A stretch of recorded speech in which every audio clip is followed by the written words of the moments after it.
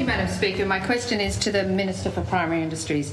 Minister, how do you justify your department's authorised killing of more than 21,000 black swans, 10,000 native hens, 5,000 wombats, 44,000 sulphur-crested cockatoos and 50,000 forester kangaroos since 2014?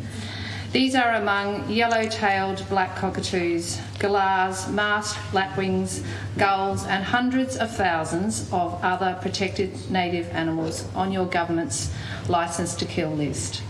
What do you say, Minister, to those Tasmanians appalled to hear that 7 platypuses were also included in culling permits?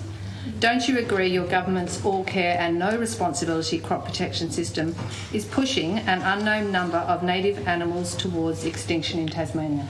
Thank you. The Honourable Minister for Primary Industries. 7 platypus.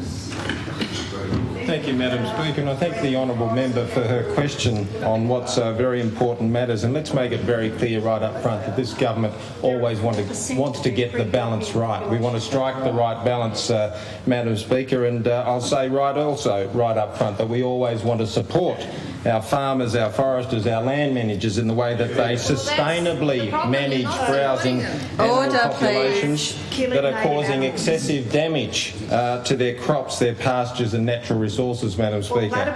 Where wildlife is causing excessive damage, crop protection permits are allowed and are granted to enable those applicants, Madam Speaker, to take that wildlife if alternative non-lethal strategies are not effective or practical. And Madam Speaker, I make the point. Dr Woodruff, warning number 1.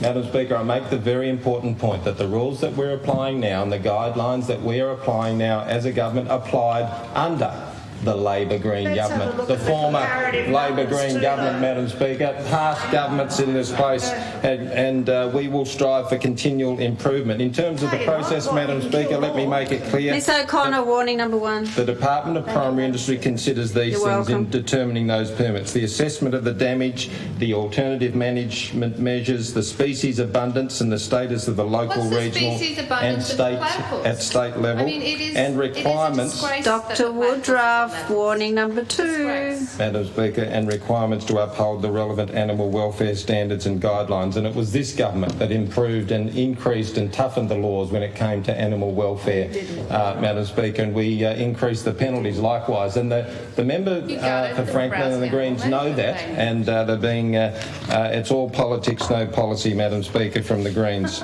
In terms of issuing crop protection permits, it's been a long-standing practice under this government and previous governments. The TFGA recently stated, what did they say? These permits are a very necessary tool for the agricultural sector.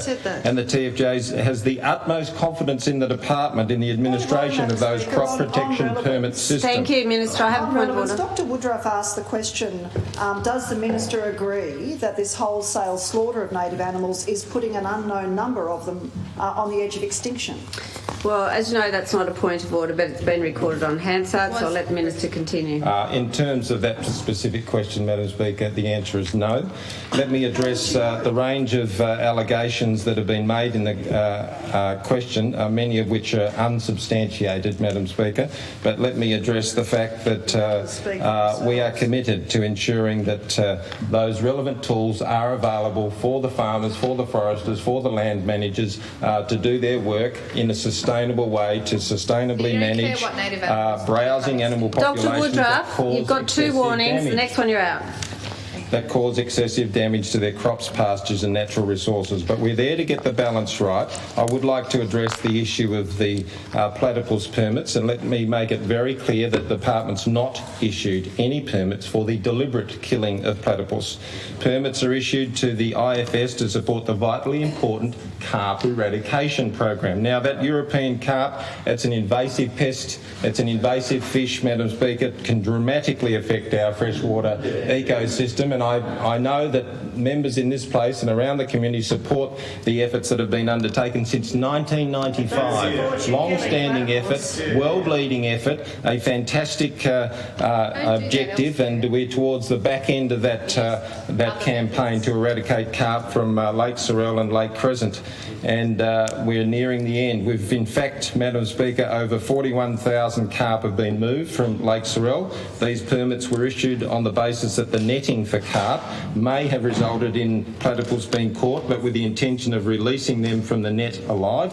Permits issued in the earlier part of the program had a quota, as the carp netting was relatively intensive, and including a quota in the permit provided a trigger to periodically review the impact of the program on the platypus. In the later stages of the program, the setting of a quota was not considered necessary due to the less widespread carp fishing and hence the lower likelihood of taking platypus. So I can advise the House that since 2012, 15 platypus were inadvertently caught during carp fishing operations. Of these, 8 were released unharmed and unfortunately 7 died. No platypus have been caught since 2017, Madam Speaker.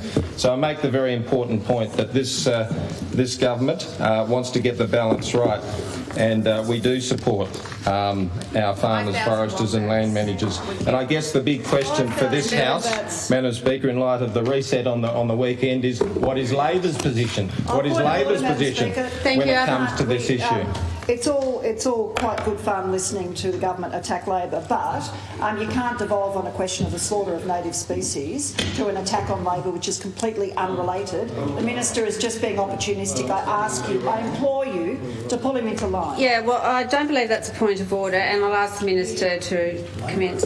Thank you, Madam Speaker. As I was concluding, make the very important point. The same rules under Labor and the Greens as under our government, Madam Speaker. We're just improving the situation to make sure that we get the right balance, Madam Speaker. That's what we're doing. And in terms of the rules, in terms of crop protection permits, the question for Labor is, do they continue to support them? And the rights of our farmers, the rights of our foragers, the right of our land managers to use our crop protection permits in a balanced way. Ms O'Connor, wanting to.